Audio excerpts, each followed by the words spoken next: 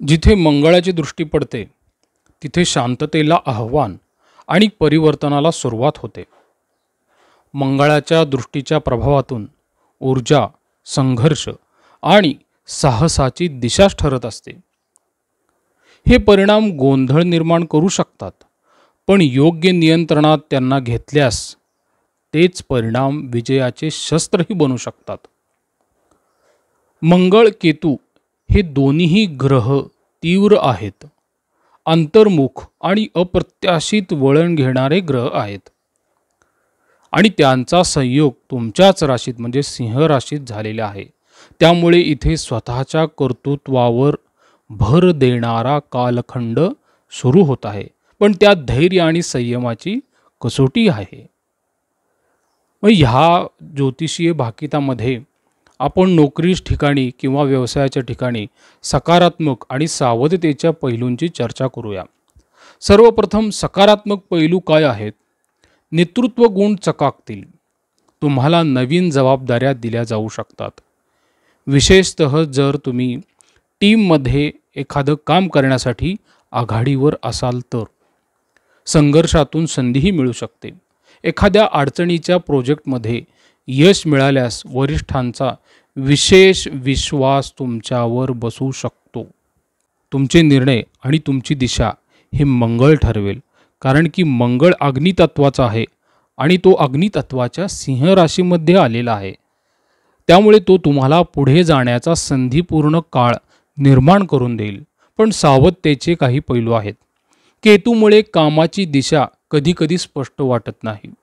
एखाद्या क्षणी असे वाटेल की मला हे काम आवडत नाही, मी कुठेतरी चुकतो आहे. त्याचबरोबर वरिष्ठांशी तुम्ही अहंकार टाळला पाहिजे.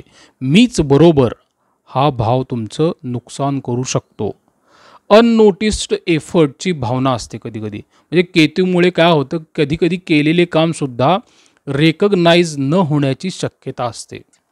त्याचं श्रेय तुम्हाला मिळू शकत नाही. मानसिक अस्वस्थता व रागावर ताबा ठेवणे आवश्यक आहे. बॉस किंवा सहकाऱ्यांशी थोडा तणाव होऊ शकतो, त्यामुळे संयम गरजेचा असतो. याचबरोबर व्यवसायामध्ये सुद्धा काही पैलू आहेत आणि ते सकारात्मक आहेत. म्हणजे धाडसी निर्णय घेण्याची प्रेरणा मिळते. विशेषतः जर व्यवसायात जुना अडथळा असेल, फार जुना असतो, वर्षानुवर्षे चालत आलेला, तर तो अडथळा तोडण्याची वेळ ही आहेच. काही गुप्त संधी पण असतात, अचानक लाभ पण असतात. तर केतूच्या प्रभावामुळे दिसत नसलेली काही आयडिया, काही डील्स किंवा भागीदारी ही फायदेशीर ठरू शकते. एकटा व्यवसाय चालवणाऱ्यांसाठी हा काळ लाभदायक आहे, कारण की तिथे मंगळाचे नेतृत्व गुण मिळालेले आहेत. याचबरोबर सावधतेचे पण पैलू असतील. भागीदारीमध्ये धोका होऊ शकतो. बघा, केतू आणि मंगळ एकत्र असल्याने भांडण, गैरसमज, याचबरोबर तुम्ही त्या ठिकाणी अहंकार टाळणे अत्यंत गरजेचं आहे. अनपेक्षित आर्थिक चढउतार होतात, खर्च वाढतो. विशेषतः मार्केटिंग असेल, गुंतवणूक यामध्ये थोडासा धोका होण्याची शक्यता आहे. नजर चुकीने होऊ शकतो. तीव्र प्रतिस्पर्धी वाढतात. मंगळामुळे काय होतं, बाजारात स्पर्धात्मक आग निर्माण होते. पण संयम आणि योग्य निर्णय तुम्ही घेतल्यास तुम्हाला त्या अडचणींवर मात पण करता येईल आणि तिथं यश पण मिळतं. मग करावं काय? त्यासाठी काही प्रॅक्टिकल टिप्स अशा असतील. कोणताही मोठा व्यावसायिक निर्णय घेण्याआधी थोडा वेळ घ्या, तपासणी करा, त्याच्या मागचं इन्व्हेस्टिगेशन करा. वरिष्ठ, सहकारी किंवा भागीदार यांच्याशी बोलताना मात्र संयम ठेवा. बोलणं जरा जपूनच करा. सूर्य उपासना, हनुमान चालिसा अथवा मंगळ केतू यांचे उपाय तुम्ही करू शकतात. त्याचबरोबर गोड पाण्याचे दान करणे किंवा थोडासा मातीशी पण संपर्क राहिला पाहिजे. मातीवर चालण्याचा तुम्ही प्रयत्न करा.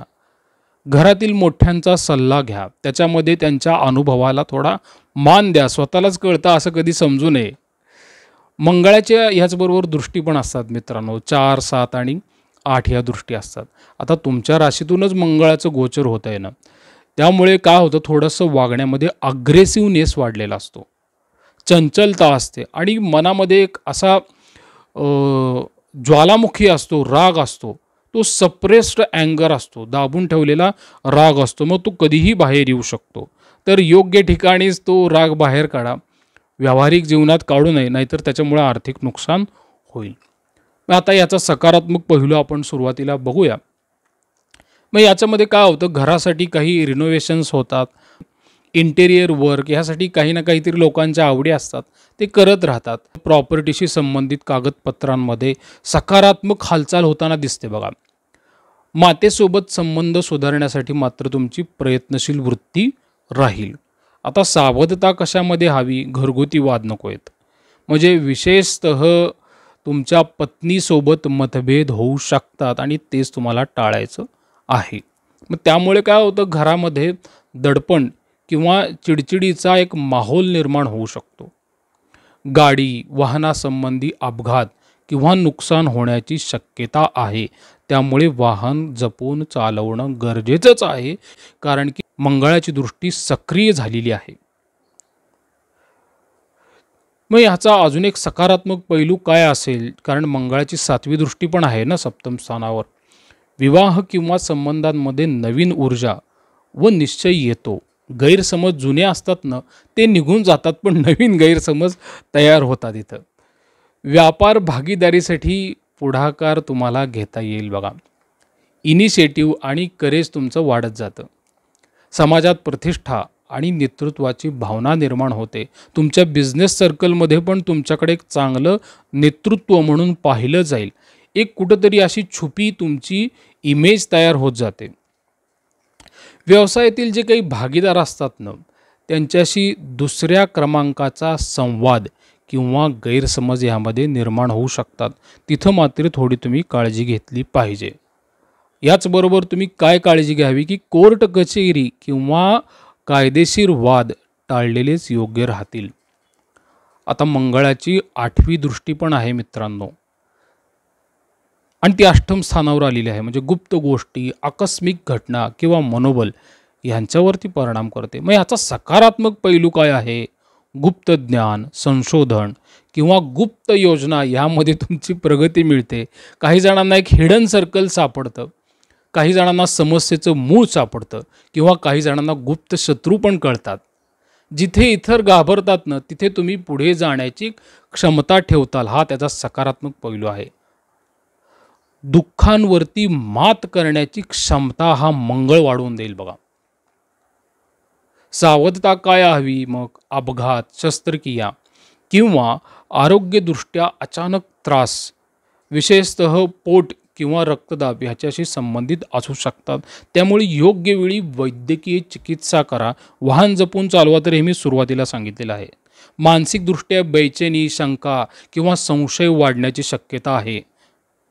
गुप्त शत्रू किंवा जळणारे सहकारी यांच्याकडून त्रास होत असतो आणि हे काय अनादी काळापासून चालत आलेलं आहे. भगवान रामाला, कृष्णाला पण ह्याचा त्रास झालेला आहे. त्यामुळे ह्याच्यामध्ये फारसं काही आश्चर्य वाटून घेऊ नका, फक्त चालाकीने राहा. निष्कर्ष एकत्रित काय असेल तुमच्यासाठी, जर ही ऊर्जा सकारात्मक मार्गाने वापरली तर घरात ठोस निर्णय, संबंधांमध्ये स्पष्टता आणि मानसिक ताकद ह्या तिन्ही गोष्टीत प्रगती होती.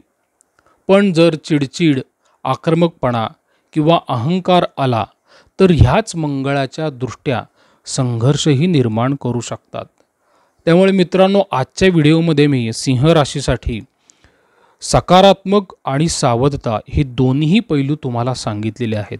त्याप्रमाणे पुढील तुम्ही 41 दिवस याच्यावरती चिंतन करा, तसं वागण्याचा प्रयत्न करा. त्याचबरोबर तुमचे आध्यात्मिक गुरु कोण असतील त्यांच्या आध्यात्मिक उपासना करणं गरजेचं असतं.